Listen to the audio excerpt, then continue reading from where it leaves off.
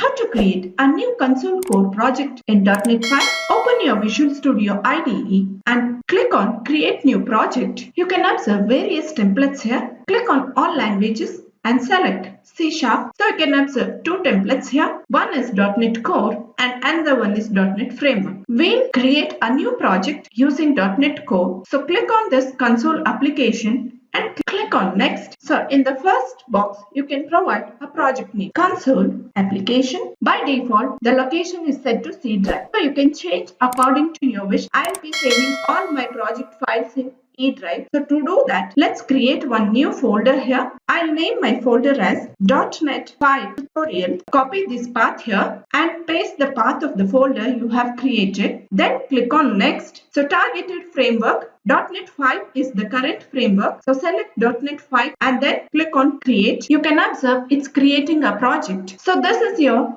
IDE. So we have created a new project successfully. So this is the workspace where you will be writing your codes. So this is startup code. By default it is hello world. I'll change this to welcome to .NET 5. In order to print this on console, go to debug, start without debugging. On the console window, you can observe the string got printed. Do subscribe to our channel to watch more videos on .NET.